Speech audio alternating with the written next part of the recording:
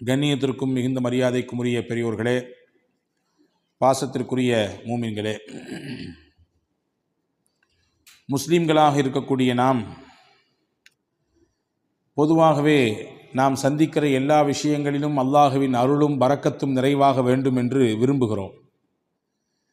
அது நமக்கு கைகூடுகிற பொழுது நமக்கு சந்தோஷமும் மகிழ்ச்சியும் ஏற்படுகிறது. அது கிடைக்கப்பெறாமல் ஒரு விதமான தேக்க நிலையில் நிற்கிற பொழுது நமக்கு வருத்தமும் ஏக்கமும் இருக்கிறது. பரக்கத்தான வாழ்க்கை வேண்டும், மன மகிழ்ச்சியான வாழ்க்கை வேண்டும் என்று எல்லோரும் ஆசைப்படுகிறோம். பரக்கத்தென்றால் வெறுமின்னை நாம் சம்பாதிக்கக்கூடிய பொருளாதாரத்தில் மட்டுமல்ல, நம்முடைய குடும்பத்தில், நம்முடைய பிள்ளைகளில், நாம் செய்யும் தொழிலில், நாம் ஈட்டும் வருமானத்தில், நம்முடைய ஆரோக்கியத்தில், நம்முடைய நிம்மதியில், இப்படி தொட்டு தொட்டு வாழ்க்கைக்கான எதுவெல்லாம் மூல ஆதாரமாக இருக்கிறதோ அத்துணையிலும் நமக்கு பரக்கத்து வேண்டும்.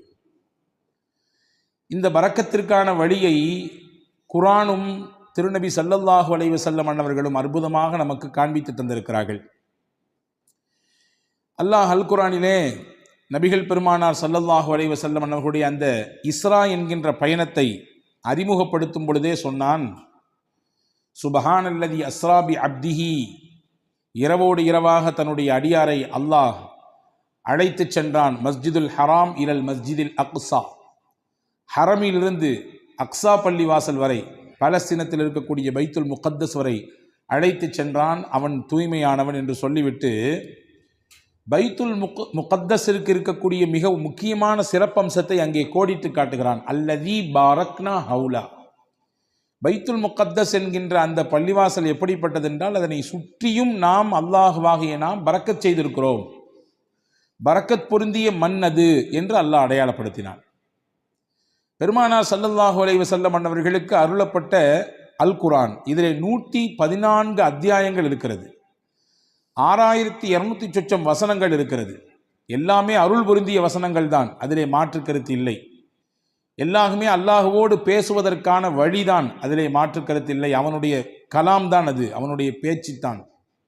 ஆனாலும் சில குறிப்பிட்ட சூறாக்களுக்கு பெருமானார் ஸல்லல்லாஹு அலைஹி வஸல்லம் அதனுடைய மகத்துவத்தை, அதனுடைய முக்கியத்துவத்தை உம்மத்திற்கு சொல்லித்தர மறக்கவில்லை. அதிலே முக்கியமான சூரா, முதன்மையான சூரா, சூரா பக்ரா. பெருமானார் ஸல்லல்லாஹு அலைஹி வஸல்லம் அவர்கள் சொன்னார்கள், திருக்குர்ஆனிலேயே மிக நீளமான சூரா.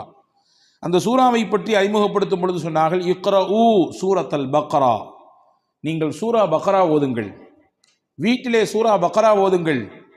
ஃபஇன்ன அஹ்தஹா பரக்கா, எந்த வீட்டில் சூரா பக்ரா ஓதப்படுமோ அந்த வீட்டுக்கு அல்லாஹ் பரக்கத்தை கொடுப்பான்.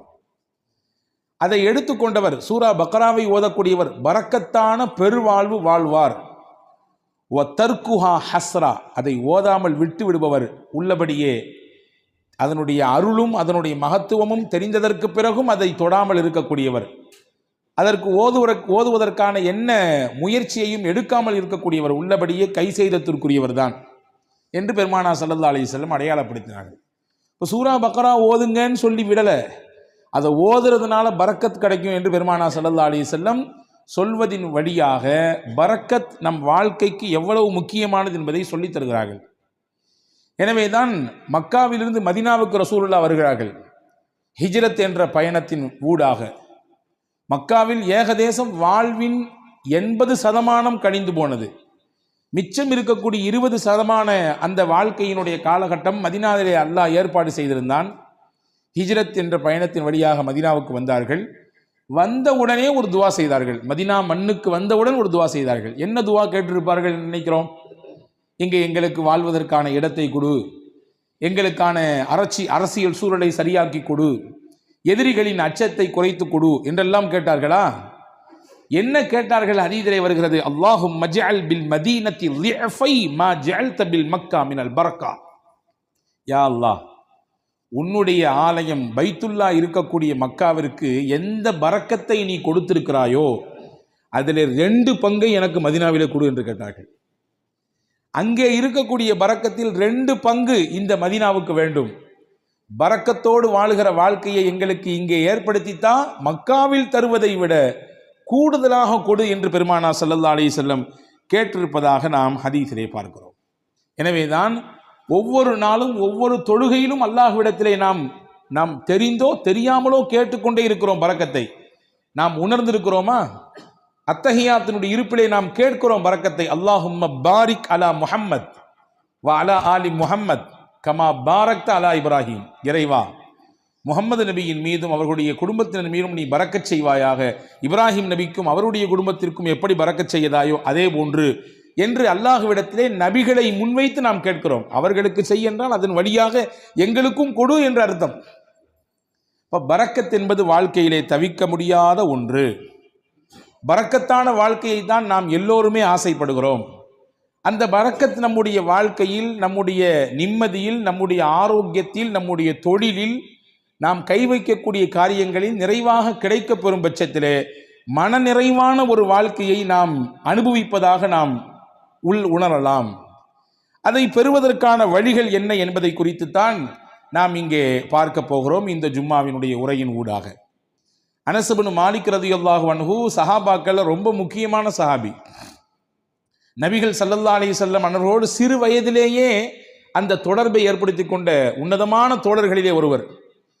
ரசூல் ஸல்லல்லாஹு அலைஹி வஸல்லம் மதீனாவுக்குள்ள வரும்பொழுது எல்லாரும் கிஃப்ட் கொடுத்தாங்க ரசூலுல்லாஹ்க்கு. இந்த அம்மா அனஸ் ரலியல்லாஹுடைய தாயார், அவங்க பேர் உம்மு சுலைம் ரலியல்லாஹு தஆலா அன்ஹா. அந்த அம்மாட ரசூலுல்லாஹ் கொடுக்கறதுக்குன்னு பெருசா ஒன்றும் இல்லை. 10 வயசு ஃபுல்லாக அனஸ் தான் இருந்தாங்க. அனஸ் ரலியல்லாஹு கையை பிடிச்சி கடகடன்னு எடுத்து கூட்டு போய் பெருமானா ஸல்லல்லாஹு அலைஹி வஸல்லம் கிட்ட ஒப்படைச்சிட்டு சொன்னாங்க, யா ரசூலுல்லாஹ் ஹாதிமுக்க அனஸ்.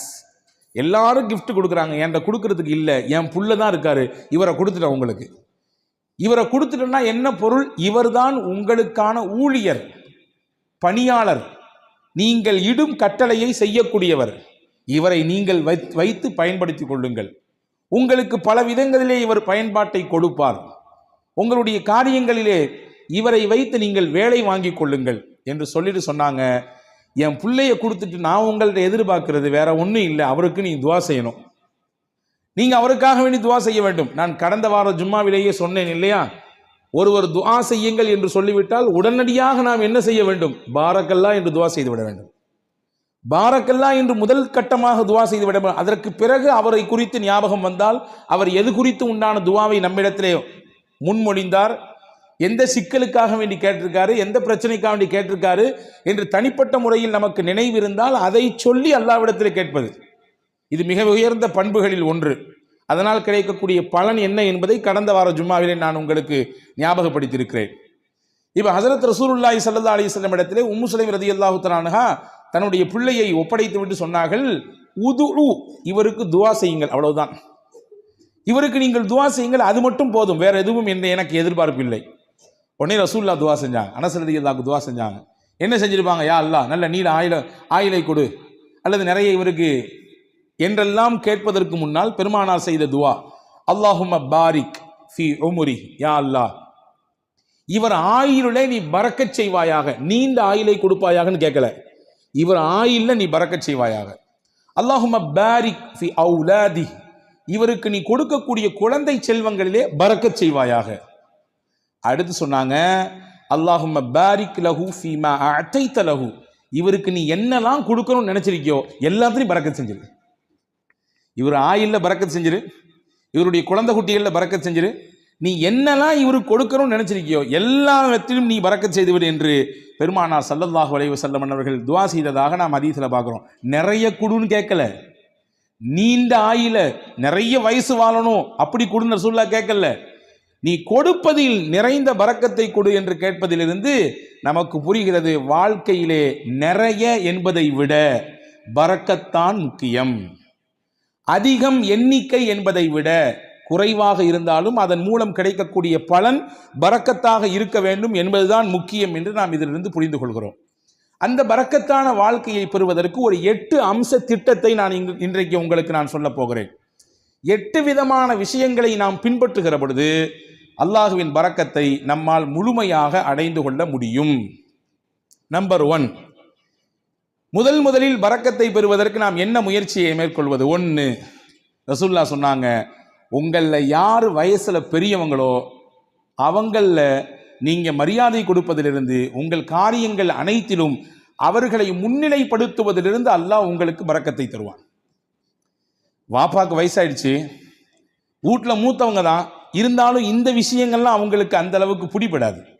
அதனால சொல்லிக்கலாம், எல்லாம் முடிஞ்சு கடைசியிலே சொல்லிக்கலாம் என்பதல்ல. ஒரு கட்டத்தில் அவரும் வாலிபம், குழந்தை பேரு, தொழில், வியாபாரம் என்று எல்லாவற்றையும் கடந்துதான் வந்திருக்கிறார். இப்பொழுது அவருக்கு வயதான நிலை, வயோதிகம். அதனாலே அவரை ஒதுக்கி வைக்குதல், தள்ளி வைக்குதல் என்பதெல்லாம் இல்லை. என்ன விஷயம் செய்தாலும் பெரியவர்களுக்கான முன்னுரிமையை, முன்னிலைப்படுத்துதலை, அவர்களுக்கான மரியாதையை நீங்கள் நிறைவாக செய்யுங்கள். இதன் ஊடாக அல்லாஹ் உங்களுக்கு பரக்கத்தை தருவான். எந்த வீட்டில் பெரியவர்களுக்கு மரியாதை இருக்கிறதோ அந்த வீட்டிலே பரக்கத் இருக்கிறது என்று பொருள்.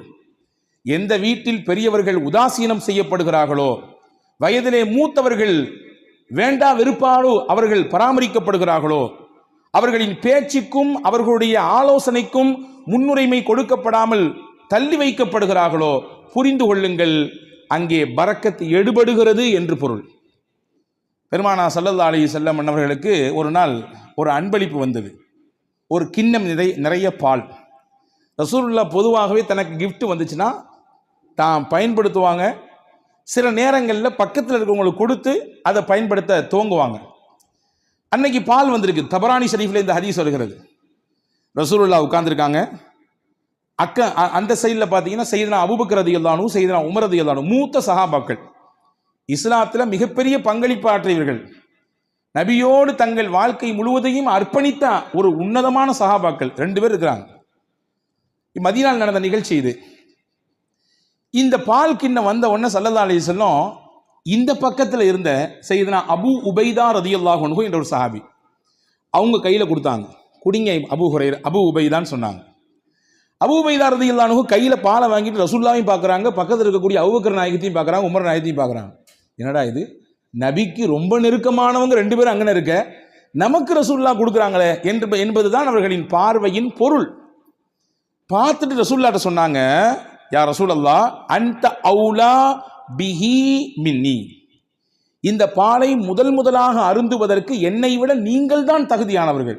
ஏன்னா நான் சாதாரண அபூ உபைதா, நீங்க அல்லாஹ்வின் ரசூல் நீங்கள். எனவே நீங்கள் தான் இதை துவங்கி வைக்க வேண்டும். ரசூலுல்லாஹ் சொன்னாங்க, ஹுத் யா அபா உபைதா, எடுங்கள், குடியுங்கள் அப்படின்னு சொன்னாங்க. இப்போ 2ஆம் கட்டமா அபூபக்கர் நாயகத்தை பார்க்குறாங்க, உமர் நாயகத்தை பார்க்குறாங்க. பார்வையின் அர்த்தம் என்ன? என்னை விட இஸ்லாமிய வருகையில் முதன்மையானவர்களாச்சே இவர்கள் எல்லாம், பங்களிப்பு செய்வதிலே முக்கியமானவர்களாச்சே இவர்கள் எல்லாம், அவங்க குடிச்சா நல்லா இருக்குமே என்ற பெருந்தன்மையான மனதோடு சையதுனா அபூ உபைதா ரலியல்லாஹு பார்க்கும் பொழுது ரசூலுல்லாஹ் அப்பவும் சொன்னாங்க, அபூ உபைதா நீங்க தான் குடிக்கணும், குடிங்கன்னாங்க. சையதுனா அபூ உபைதா ரலியல்லாஹு அன்ஹு குடிக்க துவங்கும் நேரத்திலே கையில் பக்கத்தில், வாய்க்கு பக்கத்தில் பால் கிண்ணம் போய்விட்டது. ஆனாலும் அவர்கள் மனம் ஏதோ ஒரு விஷயத்திற்காக வேண்டி மறுக்கிறது. கீழே கொண்டு வந்து சொன்னாங்க, யா ரசூலுல்லாஹ் நீங்க குடிச்சிட்டு தந்தா நல்லா இருக்கும். 3வது தடவையாக பெருமானா ஸல்லல்லாஹு அலைஹி வஸல்லம் அபூ உபைதா ரலியல்லாஹு இடத்திலே சொன்னார்கள், இஷ்ரப், அபூ உபைதா நீங்கள் குடியுங்கள். ஃபைன்னல் பரக்கத்த மஅ அகாபிரினா, பரக்கத் என்பது நம்மிலே யார் வயதிலே பெரியவர்களாக இருக்கிறார்களோ அவர்களிடத்திலிருந்து தான் துவங்குகிறது. இங்கே இருக்கும் நபர்களிலேயே வயதால் பெரியவர் நீங்கள். என்னை விட, அபூபக்கர் ரலியல்லாஹு விட, உமர் ரலியல்லாஹை விட வயதால் மூத்தவர்கள் நீங்கள் குடிக்க வேண்டும். அங்கிருந்து பரக்கத் கிடைக்க வேண்டும். ஃபமல்லம் யர்ஹம் சகீரனா வலம் யுஜல்ல கபீரனா ஃபலைஸ மின்னா, நம்மிலே சிறியவர்கள் மீது இரக்கம் காட்டாதவர்கள், பெரியவர்களுக்கான மூத்தவர்களுக்கான கண்ணியத்தை தராதவர்கள் நம் வழியை சார்ந்தவர்கள் இல்லை என்று பெருமானா ஸல்லல்லாஹு அலைஹி வஸல்லம் வார்த்தையோடு சொல்லி முடிக்காமல் அதை செயல்படுத்தியும் காண்பித்தார்கள். பரக்கத் எங்கிருந்து துவங்குகிறது? எந்த இடத்தில் மூத்தவர்களுக்கான மரியாதை இருக்குமோ, கண்ணியம் இருக்குமோ, அவர்களுடைய சொல்லுக்கான மிகச்சிறந்த அந்த புரிதலோடு அதை எதிர்கொள்ளக்கூடிய பக்குவம் இருக்குமோ, அங்கே பரக்கத்தும் இருக்கும். இதுக்கு நேர்மாறாக பெரியவர்கள் உதாசீனப்படுத்தப்படுவதும், அவர்களுடைய கண்ணியம் சீர்குலைக்கப்படுவதும், வேண்டா வெறுப்போடு அவர்களை அரவணைப்பதும் பராமரிப்பதும், அவர்களுடைய வார்த்தைகள் தூக்கி வீசப்படுகிற நிலையிலே வைக்கப்படுவதும் பரக்கத்தை எடுப்பதற்கான வழி என்று மார்க்கம் நமக்கு கற்றுத்தருகிறது. அப்போ முதல் விஷயம், 8 விஷயத்தில் முதல் விஷயம், பரக்கத்தான பெருவாழ்வு வாழ்வதற்கு மூத்தவர்களின் அந்த கண்ணியம் காக்கப்பட வேண்டும். 2வது, உறவுகளும் சொந்தங்களும் அரவணைக்கப்பட வேண்டும். அதிலே பரக்கத் இருக்கிறது.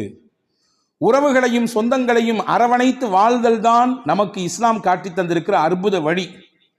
பல நேரங்களிலே அதிலே பல பெருத்த சிக்கல்கள் இருக்கத்தான் செய்யும், சிக்கல் இல்லாமல் இல்லை. உறவுகளை திருப்திப்படுத்தி நிம்மதியோடு இணைந்து வாழ்வதிலே பல சிக்கல்கள் இருக்கத்தான் செய்கிறது, அதிலே மாற்று கருத்து இல்லை.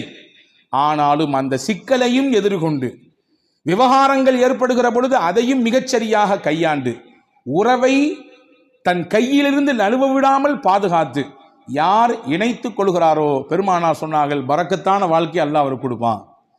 ரசூலுல்லாஹ்வுடைய ஹதீஸ் வந்திருக்கிறது. அனஸ் பின் மாலிக் ரலியல்லாஹு அறிவிக்கிறார்கள், மன் ஹப்ப அன் யுபஸத லஹு ஃபீ ரிஸ்கி, அல்லாஹ் இவருக்கு தரக்கூடிய ரிஸ்கிலே யாருக்கு நல்ல விசாலம் கிடைக்க வேண்டும் என்று ஆசைப்படுகிறாரோ, விசாலமான ரிஸ்க், அதாவது பரக்கத்தான ரிஸ்க் கிடைக்கும் யார் ஆசைப்படுறாரோ, நீண்ட ஆயுள் கிடைக்க வேண்டும் என்று யார் விருப்பப்படுகிறார்களோ, ஃபல் யஸில் ரஹ்மா, தன் சொந்தங்களையும் உறவுகளையும் அவர் அரவணைத்துக் கொள்ளட்டும், அதன் வழியாக அல்லாஹ் பரக்கத்தை தருவான். அப்ப இதுக்கு நேர் ஆப்போசிட் என்ன? உறவுகளும் சொந்தங்களும் யாருடைய மனதிலே ஒரு பெரிய விஷயமாகவே இல்லை. நான் நன்றாக இருக்கிறேன், என் குடும்பம், என் மனைவி, என் பிள்ளைகள் எல்லாம் சிறப்பா இருக்கிறோம், அண்ணன் எப்படி போனால் நமக்கு என்ன, மாமா எப்படி போனால் நமக்கு என்ன, உறவுகள் எப்படி போனால் நமக்கு என்ன என்கின்ற உணர்வு எங்கே வருகிறதோ அங்கே பரக்கத்தை எல்லாம் எடுத்து விடுவான். உங்களுக்கு ஒன்று தெரியுமா? 2 நபிமார்கள் சேர்ந்து துவா செய்தார்கள். ஒன்று மூசா அலைஹிஸ்ஸலாம், இன்னொன்று அவர்களுடைய சகோதரர் ஹாரூன் அலைஹிஸ்ஸலாம். யாருக்கு எதிராக துவா செஞ்சாங்க தெரியுமா? ஃபிரௌன் என்கின்ற சர்வாதிகாரிக்கு எதிராக துவா செஞ்சாங்க. உச்சபட்சமான சர்வாதிகாரத்தினுடைய உச்சாணி கொம்பில் இருந்து ஆட்டம் போட்டவன், ஆடியவன் ஃபிரௌன். அவனுக்கு எதிராக அந்த 2 நபிமார்களும் துவா செய்கிறாங்க. அந்த 2 நபியில ஒன்று ரசூல், மூசா அலைஹிஸ்ஸலாம் ரசூல்னு கட்டப்பட்டவங்க, உலுல் அஸ்முல கட்டுப்பட்டவங்க. 5 நபர்கள் உல் அஸ்மு, அதாவது உறுதிமிக்க மனமிக்கவர்கள் என்று குர்ஆன் சொல்கிறது 5 நபிமார்களே. அந்த 5 நபிமார்கள் ஒன்று செய்தனா மூசா அலைஹிஸ்ஸலாம். ரசூல் அல்லாஹுவோடு நேரடியாக பேசுவதற்குரிய வாய்ப்பை பெற்றவர்கள் செய்தனா மூசா அலைஹிஸ்ஸலாம். தனிச்சிறப்பு போய்கிட்டே இருக்கிறது. மூசா அலைஹிஸ்ஸலாம் பற்றி தனியா ஒரு ஜும்மா பேசணும், அவ்வளவு இருக்குது செய்தி. அந்த மூசா நபியும் ஹாரூன் அலைஹிஸ்ஸலாமும் துவா செய்கிறாங்க ஃபிரௌன் என்ற கொடியவனுக்கு, சர்வாதிகாரிக்கு எதிராக. ஆனால் அவர்கள் செய்த துவா 40 வருஷத்துக்கு பிறகுதான் பதிலே கொடுக்கப்பட்டது. துவா செஞ்சு முடிச்சு 40 வருஷத்துக்கு பின்னாடி தான் ஃபிரௌனுக்கு அழிவு வந்தது. ஃபிரௌன் நைலிலே மூழ்கினான். ஏன் இந்த 40 ஆண்டு கால தாமதம்? நமக்கு இயல்பாக கேள்வி எழும். ஒரு நபி கேட்கிற துவா, நீங்களோ நானோ கேட்கிற துவாவே நாளைக்கு உடனடியாக கபூலாக வேண்டும் என்று நினைக்கும் பொழுது, அல்லாஹுவின் உயர்ந்த நெருக்கத்தை பட்ட 2 நபிமார்கள் கேட்கிற துவாவை 40 ஆண்டு காலம் தள்ளி போட்டான் அல்லாஹ். அதிலே பல காரணங்கள் இருக்கிறது. அதிலே முக்கியமான ஒரு காரணம் என்ன தெரியுமா? ஃபிரௌனிடத்திலே ஒரு நல்ல பண்பு இருந்ததாம். தன் உறவுகளை அவன் எப்பொழுதுமே சேர்த்து வைத்துக் கொள்வான். அவர்களுக்கானதை கொடுத்து கொண்டே இருப்பான், அவர்களை பராமரித்துக் கொண்டே இருப்பான். அல்லாஹ் நினைத்தான், இந்த பண்பில் இருந்தாவது அவனுக்கு ஏதாவது ஒரு சில நிமிடமாவது அவன் கொஞ்சம் ஒதுங்கி நம்மின் பக்கம் வரமாட்டானா என்று அல்லாஹ் எண்ணினான். எனவே அந்த வேதனையை கொஞ்சம் தள்ளி போட்டு கொண்டே இருந்தான். தள்ளி போட்டு 40 வருடங்களுக்கு பிறகுதான் இனிமேலும் இவன் திருந்துவதற்கு வாய்ப்பே இல்லை என்ற பொழுது அந்த நபிமார்களின் துவாவை ஏற்றுக்கொண்டு அவனுக்கு அழிவை கொடுத்தான். அப்போ இஸ்லாத்தின் மிகப்பெரிய விரோதியாக, அல்லாஹ்விற்கே சவால் விழுகிற இடத்திலே, உனக்கு நிகரானவன் நான் என்று சொல்லும் இடத்தில் இருந்த ஃபிரௌனுக்கே வேதனை தள்ளி போடப்பட்டது. எதன் காரணமாக? உறவை அவன் சேர்த்து கொண்டான், உறவை அவன் பிரியவில்லை, உறவுக்கானதை மிகச்சரியாக கொடுத்தான் என்ற ஒரு காரணத்திற்காக. அப்படி என்றால் அல்லாஹ்வுக்கு விரோதிலாம் நம்ம கிடையாது. அல்லாஹ்வுக்கு நேர் நிகராக நின்று சமமாக சண்டை போடுபவர்கள் கிடையாது நாம். அப்ப நம்மிடத்திலே இந்த உறவு பேணுதல் இருக்கும் பட்சத்திலே அல்லாஹ் பரக்கத்தான வாழ்வை அதன் வழியாக கொடுத்து விடுவான் என்பதை நாம் இங்கே கவனத்தில் கொள்ள வேண்டும். இது 2வது விஷயம். 3வது விஷயம் என்ன? யா அல்லாஹ் எனக்கு பரக்கத்தான வாழ்க்கையை கொடு என்று துவா செய்ய வேண்டும்.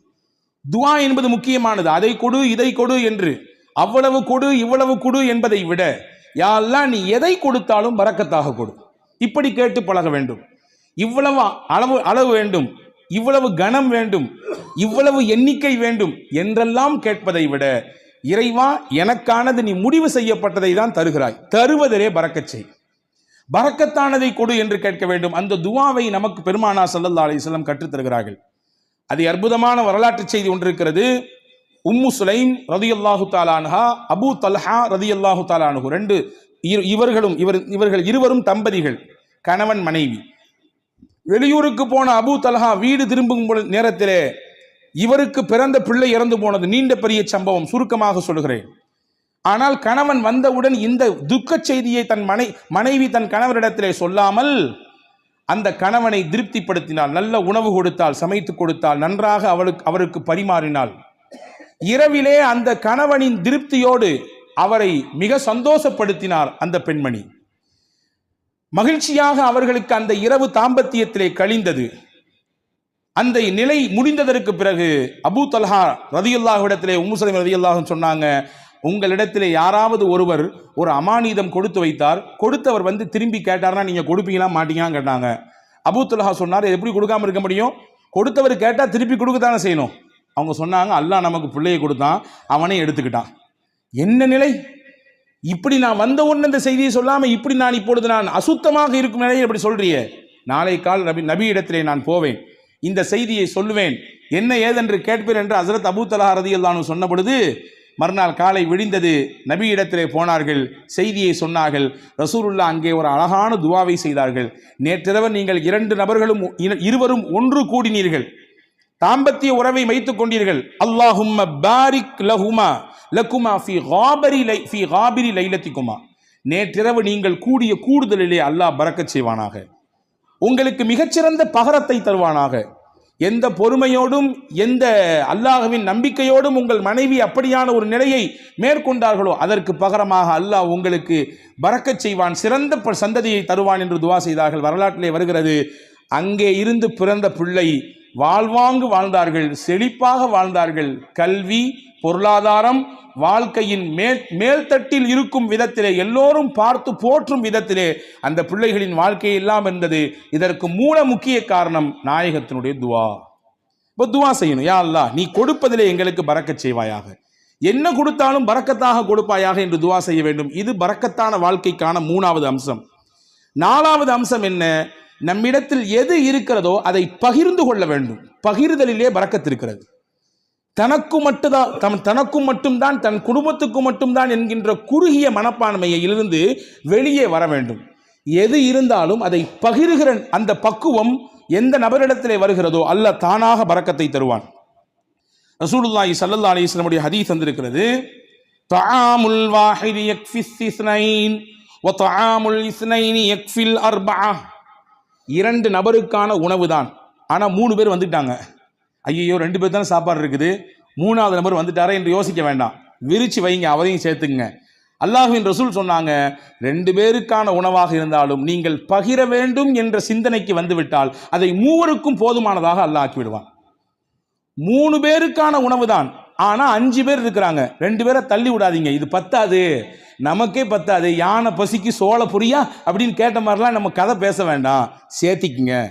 ரசூல் சொன்னாங்க 3 நபருக்கான உணவு தான், நீங்கள் சேர்த்து ஷேர் செய்யும் பொழுது, அதிலே பகிர வேண்டும் என்ற எண்ணம் வரும் பொழுது அதிலே அல்லாஹ் 5 நபருக்கான பரக்கத்தை செய்து விடுவான். இது வாழ்க்கையிலே யாரெல்லாம் இந்த ஷேரிங்ல இருக்கிறாங்களோ அவங்க எல்லாம் கண்கூடாக பார்க்க முடியும், கண்கூடாக பார்க்க முடியும். ரசூலுல்லாவுக்கு ரொம்ப பிடித்த குடும்பம் ஒரு குடும்பம் இருந்தது, அல் அஷ்அரி. ரொம்ப பிடிக்கும் அவங்கள ரசூலுல்லாவுக்கு. எந்த அளவுக்குன்னா அவங்க என் குடும்பம் ரசூலுல்லாஹ் சொன்னாங்க, என் குடும்பம் அவங்க, என்னிலிருந்தும் அவர்களிலிருந்தும் நான் என்று சொன்னார்கள். சஹாபாக்கள் ஒன்று புரியும், ஏன் இந்த குடும்பத்தை மட்டும் ரசூலுல்லாஹ்வுக்கு ரொம்ப பிடிக்குது. விவரத்தை கேட்டு போனா ரசூலுல்லாஹ் சஹாபாக்கள்கிட்ட சொன்னாங்க, அவங்கள்ட்ட ஒரு சிறந்த பண்பு இருக்குது, தாங்கள்கிட்ட எல்லாரும் ஒரு பயணத்தில் போனானா எல்லாரும் தனித்தனியாக சாப்பாடு கொண்டு வருவாங்க, யாராவது 1-2 பேருடைய சாப்பாடு சீக்கிரமாக தீர்ந்து போயிடும்.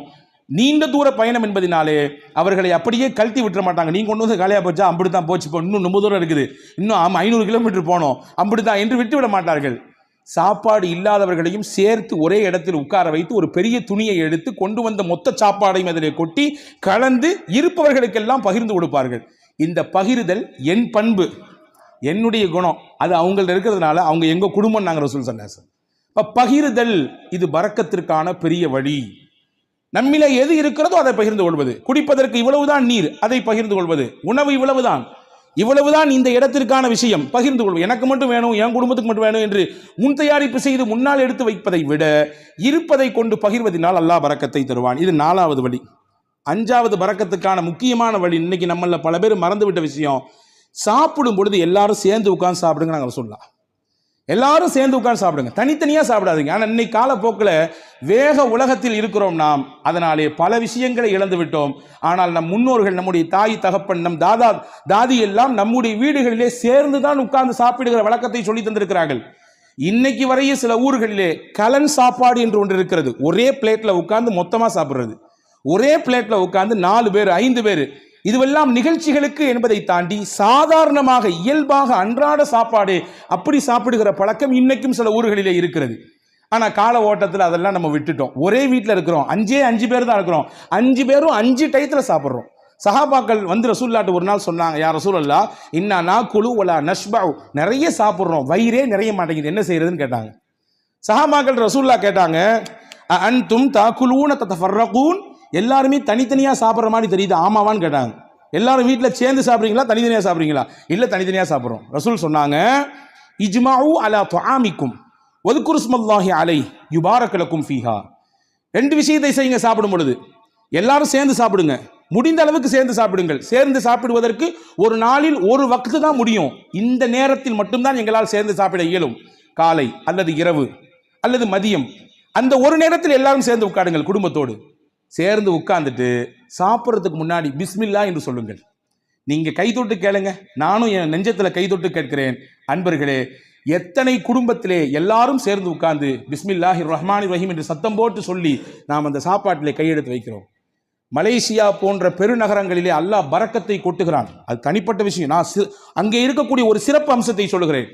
சாப்பிடும் பொழுது குடும்பத்தில் உட்கார்ந்து விட்டால் உடனடியாக யாரும் உணவிலே கை வைக்க மாட்டார்கள். எல்லாரும் உட்காரணும். உட்கார்ந்த உடனே அந்த வீட்டில் இருக்கக்கூடிய பெரியவர் சொல்லுவார், பிஸ்மில்லாஹிர் ரஹ்மானிர் ரஹீம் ஆரம்பிங்கம்பாரு. அதுக்கு பின்னால் தான் சாப்பிடவே துவங்குவார்கள்.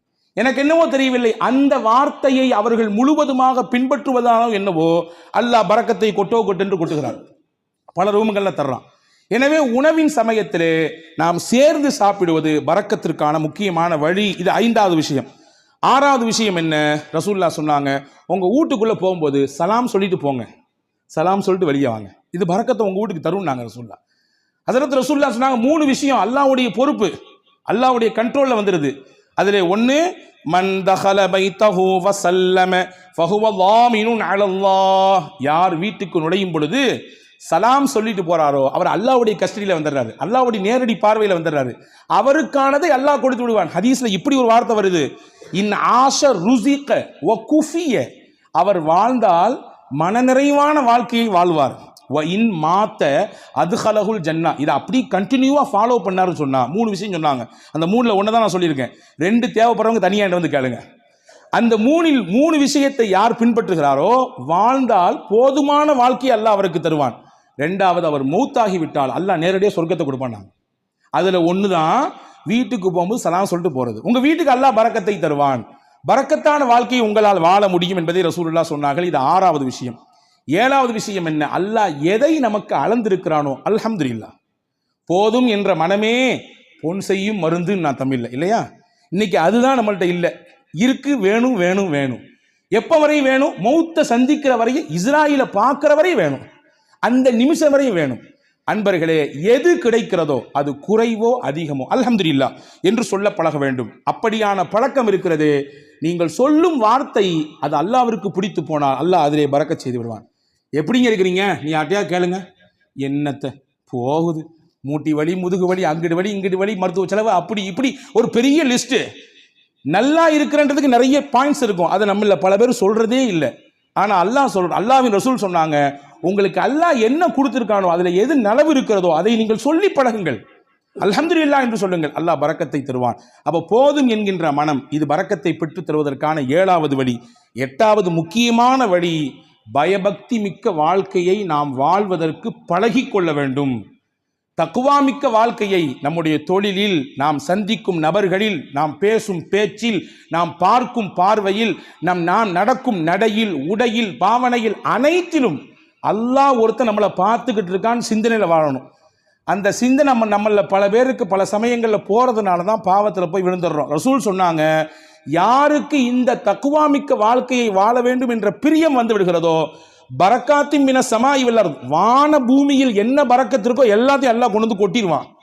வான பூமியில் என்னென்ன பரக்கத்துகள் எல்லாம் உண்டோ மொத்தத்தையும் கொண்டு வந்து அவர்களின் காலுக்கு கீழே கொட்டி விடுவான் என்று பெருமானார் ஸல்லல்லாஹு அலைஹி வஸல்லமுக்கு அல்லாஹ் சொன்னான். அப்போ இந்த 8 காரியங்களும் பரக்கத்தான செழிப்பான வாழ்க்கையை வாழ்வதற்கான வழிகள் என்று மார்க்கம் அழகாக கற்றுத்தருகிறது. வல்ல அல்லாஹ் அப்படிப்பட்ட மிகச்சிறந்த புரிதல் மிக்க வாழ்க்கையை வாழுகிற தௌஃபீக்கை அல்லாஹ் உங்களுக்கும் எனக்கும் எல்லா மக்களுக்கும் தந்தல் புரிவானாக. அல்லாஹ் எதை நமக்கு தருகிறானோ அதில் நிறைந்த பரக்கத்தையும் அருளையும் தருவானாக. என்னென்ன நெருக்கடிகள் எல்லாம் நம் வாழ்க்கையிலே நமக்கு உண்டோ அத்துணை நெருக்கடிகளையும் அல்லாஹ் நீக்கி தருவானாக. நம்முடைய வாழ்வை அல்லாஹ் வசந்தமாக ஆக்கி தருவானாக. இருக்கக்கூடிய கஷ்டங்களை எதிர்கொள்ளக்கூடிய ஆற்றலை தந்து அதை மிக சீக்கிரமாக நம்மிடத்திலிருந்து வெளியாக்குவானாக என்ற உயர்ந்த துஆவோடு விடைபெறுகிறேன். வாஹிர் தாவானா அல்ஹம்துலில்லாஹி ரப்பில் ஆலமீன். அஸ்ஸலாமு அலைக்கும் வரஹ்மத்துல்லாஹி வபரகாத்துஹு.